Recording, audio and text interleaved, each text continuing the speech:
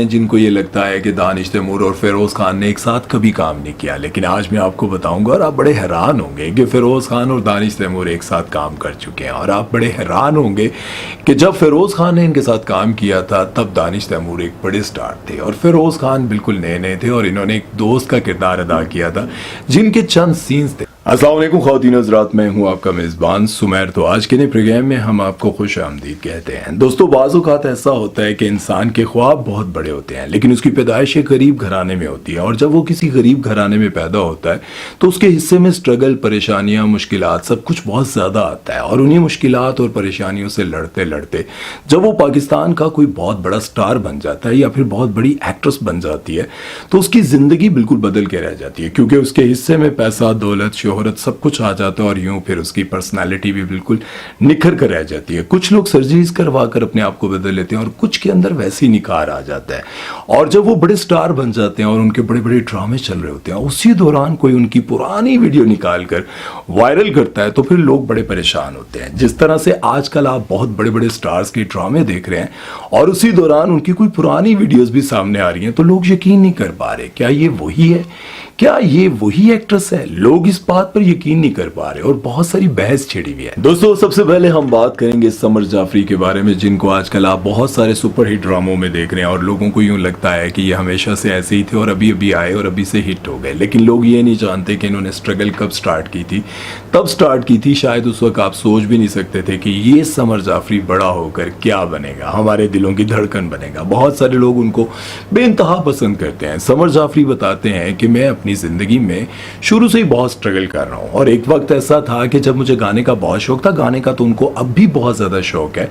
और वो कहते थे कि मैं घर से बहाना करके निकलता था और दोस्त के रेस्टोरेंट पर बैठकर गाने गाता था और सोचता था कि किसी न किसी तरह से मुझे कोई चांस मिल जाएगा। गुलकारी में भी बहुत कोशिश की और अपनी अम्मी के साथ बचपन से लेकर अब तक बहुत सारे ऑडिशंस भी देने जाता था, कभी एयरवाई पर, कभी जियो पर, कभी कहाँ कभी कहाँ। और जब मैं छोटा था और अपनी अम्मी के साथ ऑडिशन देने जाता था तब मुझे बिल्कुल समझ नहीं थी कि काम कैसे मिलेगा, किस तरह से कोई मुझे कास्ट करेगा। लेकिन उस वक्त मुझे छोटे मोटे एड्स भी मिल जाया करते थे और एक ऐड आप देख सकते हैं जिसमें वो मारिया वास्ती के साथ सनी प्लास्ट का ऐड कर रहे हैं और आप देखकर ये भी हैरान होंगे कि मारिया वास्ती टस से मस्त नहीं हुई। माशाल्लाह से इनके साथ काम करने वाले छोटे से मासूम बच्चे भी जवान हो गए और वो भी हीरो आने लग गए, मतलब वो भी ड्रामों में लड़कियां पटाने लग गए हैं। लेकिन मारिया वास्ती वैसी की वैसी हैं।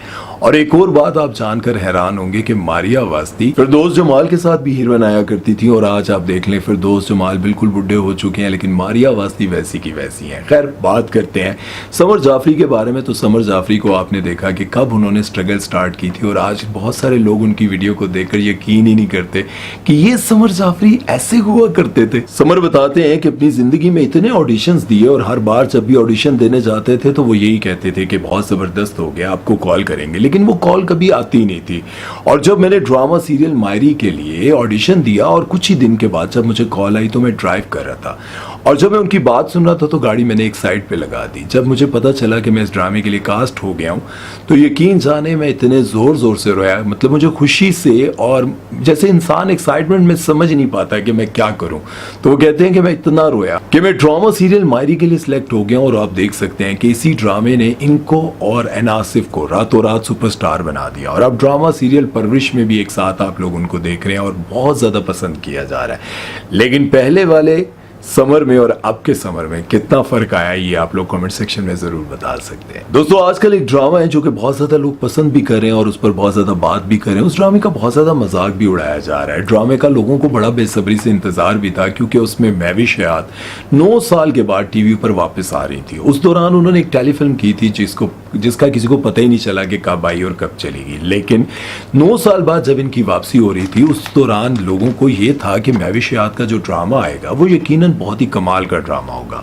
ड्रामा सीरियल डायन आप लोगों ने देखा और इस ड्रामे में महविश हयात के किरदार को भी देखा। इस ड्रामे को लेकर बहुत ज्यादा हुटिंग, बहुत ज्यादा ट्रोलिंग सब कुछ किया जा रहा है। लेकिन ये आपको बताता चलूं कि आज की महविश हयात में और आज से चंद साल पहले की महविश हयात में बहुत ज्यादा फर्क है, क्योंकि महविश हयात का जब ये ड्रामा सोशल मीडिया पर बहुत ज्यादा चल रहा है, इसके बहुत ज्यादा क्लिप्स वायरल हैं, तो उसी दौरान किसी इनके पुराने जानने वाले ने इनकी कोई पुरानी वीडियो उठाकर लगा दी। लोग यकीन नहीं कर पा रहे थे क्या ये वही महविश है जो कि सर्जरी से पहले हुआ करती थी। मतलब बहुत ज्यादा सर्जरीज इन्होंने करवाई और अब आप देख सकते हैं मैविशात, ये वाली और ये वाली, इन दोनों को देखकर फैसला आपने करना है कि पहले वाली ज्यादा प्यारी थी या अब वाली। और एक और बात आपको बताता चलूं जिसे जानकर आप बड़े हैरान होंगे कि फैसल कुरैशी एक ड्रामे में मैविशात के मामू या चाचू बने थे, और आज आप देख लें कि फैसल कुरैशी वहीं के वहीं है और मैविशात बड़ी हो गई है, मतलब उस वक्त भी जवान थी और इन दोनों की उम्र में कोई बहुत ज्यादा फर्क भी नहीं है, लेकिन फैसल कुरैशी उस वक्त इनके चाचू बने थे। खैर दोस्तों, एक एक्ट्रेस हैं जिनका नाम है रेहाम रफीक। आजकल उनके डांस को देखकर बहुत ज्यादा तनकीद की जाती है और कहा यह जाता है कि इनकी इतनी ज्यादा डांस की वीडियोस आती हैं, पता नहीं ये एक्ट्रेस हैं या फिर डांसर हैं, इनको डांस करने का इतना ज्यादा शौक है। तो आप इनकी हिस्ट्री नहीं जानते, मैं आज आपको बताऊंगा कि रेहाम रफीक ने अपने करियर का आगाज कैसे किया। वैसे तो आजकल आप इनको ड्रामा सीरियल परवरिश में देख रहे हैं और उस ड्रामे से इनको बहुत ज्यादा शोहरत मिली, लेकिन आप ये नहीं जानते कि इन्होंने अपने करियर का आगाज कैसे किया। पहले मैं आपको इनके कुछ ड्रामों के बारे में बता दूं। इन्होंने जुड़वा में भी काम किया, कफारा में भी काम किया, झूम में भी काम किया। ये आपको बताता चलूं कि रेहाम रफीक बेसिकली एक एक्ट्रेस नहीं बल्कि एक डांसर है। इन्होंने अपने करियर का आगाज डांसर के तौर पर किया और ये बताती हैं कि डांसर बनने के लिए मुझे मेरे माँ बाप ने बहुत ज़्यादा सपोर्ट किया, बहुत ज़्यादा मेरा ख्याल रखा। मेरे बाबा सऊदीया में हुआ करते थे और वहाँ पर रहते हुए भी उन्होंने मुझे हमेशा कॉल करके बताई कि ARY पे ऑडिशंस हो रहे हैं, जियो पर कोई डांस का कॉम्पिटिशन होने वाला है। वो मुझे कॉल करके बताया करते थे कि रेहाम वहाँ जाओ, ऑडिशन दो। और फिर मेरे बाबा जो कि मेरे डांस को बहुत अच्छा मेरा टैलेंट समझते थे और उन्होंने मुझे सपोर्ट भी बहुत ज़्यादा किया। उन्होंने मुझे 2016 में बताया था कि एक यूथ फेस्टिवल होने जा रहा है और उसमें एक डांस कंपटीशन होगा, तुमने उसमें बहुत ज़्यादा एनर्जी के साथ हिस्सा लेना है। और मैंने उसमें हिस्सा लिया और मैं कामयाब होगी, मैं विन कर गई। और उसके बाद मैंने बहुत सारी फिल्मों में बैकग्राउंड डांसर के तौर पर काम किया और बहुत सारी फिल्मों में डांस करने के बाद मुझे ये पता चला कि मुझे एक्टिंग भी करनी चाहिए और फिर मैं एक्टिंग की तरफ आई और आज आपके सामने हूँ। पर मैं आप लोगों से एक ही बात पूछना चाहता हूँ, क्या कोई बच्ची या कोई आपके घर का बच्चा डांस का शौक रखता हो, वो डांस भी बहुत अच्छा करता हो, तो क्या आप उसको अप्रिशिएट करेंगे? क्या अपनी बेटी को या किसी बच्चे को डांस कॉम्पिटिशन्स में बार बार भेजेंगे? और फिर इनकी इस तरह की वीडियोस जब सामने आती हैं तो माँ बाप को खुश होना चाहिए। इस बारे में आप लोग अपनी राय ज़रूर दीजिएगा। मैं नहीं बल्कि आवाम क्या चाहती है, मैं आपके बारे में नहीं कह रहा हूँ रेहाम, मैं सिर्फ ये जानना चाहता हूँ कि आवाम जो ये डांस देखती भी हैं, लाइक भी करती हैं, आपको फॉलो भी करती हैं, वो लोग अपने बच्चों के बारे में क्या चाहते हैं, क्या सोचते हैं, कमेंट सेक्शन में ज़रूर बताइएगा। चलते हैं नेक्स्ट खबर की तरफ, बल्कि नेक्स्ट सेलिब्रिटी की तरफ, और बात करते हैं यमुना जैदी और अफान वहीद के बारे में। वैसे तो यमुना जैदी को ड्रामा सीरियल तेरे बिन के बाद, परिजाद और बहुत सारे ऐसे ड्रामे हैं, और भी बख्तावर, बहुत सारे ऐसे ड्रामे हैं जिस पर यमुना जैदी को बहुत बड़े बड़े अवार्ड्स मिल चुके हैं। लेकिन आप एक बात जानकर बड़े हैरान होंगे कि यमुना जैदी और अफान वहीद का एक पुराना ड्रामा जो कि आजकल सोशल मीडिया पर बहुत ज़्यादा वायरल है, लोग यकीन नहीं कर पा रहे कि ये दोनों वही हैं।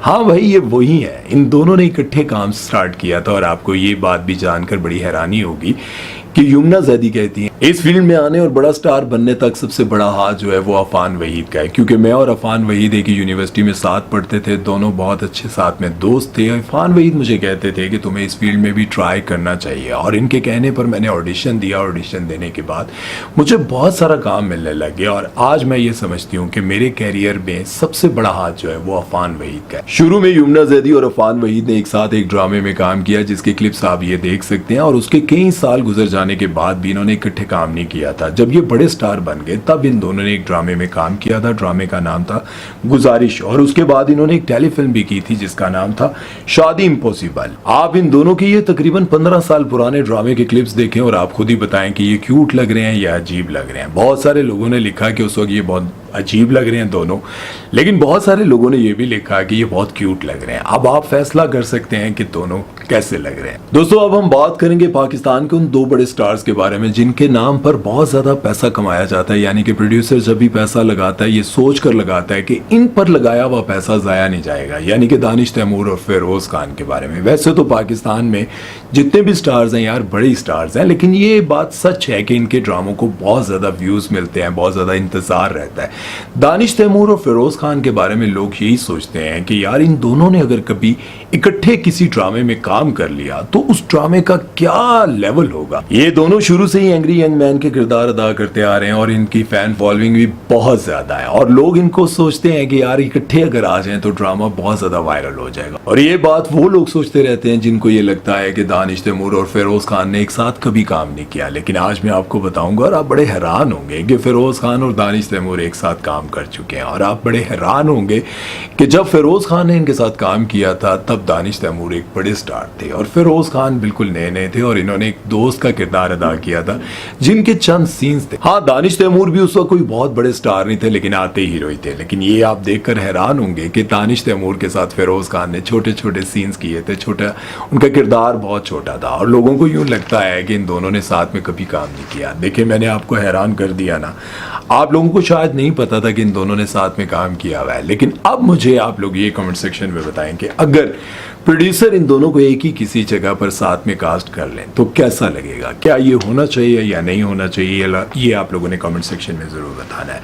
बहरहाल ये वीडियो बनाने का मकसद ये था कि बहुत सारे लोग ये समझते हैं कि जब इंसान पर गुर्बत का वक्त होता है, परेशानियां होती हैं, मुश्किलात होती हैं, तो वो अपनी पर्सनालिटी को लेकर परेशान होते रहते हैं, सोचते रहते हैं। देखें, जितनी आपकी औकात होगी ना, सोचें, जितनी आपकी औकात है उतनी आप पर मुश्किलात आएंगी, उतनी बड़ी मुश्किलात होंगी। जितना आप पर एक लेवल बनना है, जितनी आपकी बड़ी औकात बननी है। देखें, जब आप पर मुश्किलात ख़त्म होने लग जाए ना तो समझें कि आपकी वैल्यू ख़त्म होने लग गई है। लोग आपके बारे में सोचना छोड़ रहे हैं। जब आप पर मुश्किलात आ रही हैं, प्रॉब्लम्स आ रही हैं, आप फेस कर रहे हैं और बड़ी दिलेरी से फेस कर रहे हैं, तो एक वक्त आता है जब आप बहुत बड़े स्टार बन जाते हैं या बिजनेसमैन बन जाते हैं या आप अपना कोई बहुत बड़ा ब्रांड बना लेते हैं। आप जिंदगी में कामयाब होना चाहते हैं तो मुश्किलात का सामना करें, अपने आप को कंफर्ट जोन से निकालें। ये ना सोचें कि यार धूप में रंग खराब हो जाएगा। ये मैं नहीं कह रहा हूँ कि आप स्टार बने, गुलकार बने, एक्टर बने, जो भी बनना है आपने अपने दिल में हर वक्त अल्लाह से मांगा करो।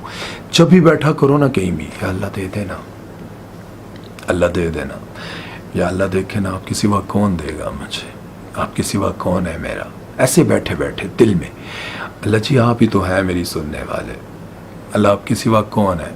देखे ना, सब मेरा मजाक उड़ाते हैं, सब मेरे बारे में क्या क्या बातें करते हैं, लेकिन अल्लाह सबको लगता है मैं नाकाम हूँ, मैं गरीब हूँ, मैं परेशान हूँ, मैं मजलूम हूँ। जो भी अपने अंदर अपना ताल्लुक़ अपने रब से बनाओ। अपने रब के साथ ऐसे जुड़ जाओ कि तुम्हें पता लगे कि किसी पावरफुल हस्ती के साथ जुड़े हो और उसके आगे कोई नहीं ठहर सकता। जब तुम इस तरह से जुड़ोगे अल्लाह के साथ, जब तुम्हारा ताल्लुक़ अल्लाह के साथ बन जाएगा तो अल्लाह लोगों के दिलों में डाल देगा, अल्लाह लोगों के दिलों में डाल देगा कि इसके साथ बिजनेस करो, इसको काम दो, इसको अपने पास रखो, इसको कुछ बनाना है तो किसी के दिल में अल्लाह डाल देगा। वो अपना सब कुछ तुम पे कुर्बान कर देगा क्योंकि अल्लाह उसके दिल में डाल देगा। और अल्लाह जब किसी के दिल में डाल दे, कहते हैं ना, वतुइज़्ज़ु मन तशा वतुज़िल्लु मन तशा। अल्लाह जिसे चाहता है इज्जत देता है, अल्लाह जिसे चाहता है ज़िल्लत देता है। और मैं कई बार ये बात कह चुका हूँ, अल्लाह जब किसी को इज्जत देने पर आता है ना तो दुनिया के सारे बिगड़े हुए लोग आपको ज़िल्लत देना चाहे नहीं दे सकते। और जब अल्लाह की तरफ से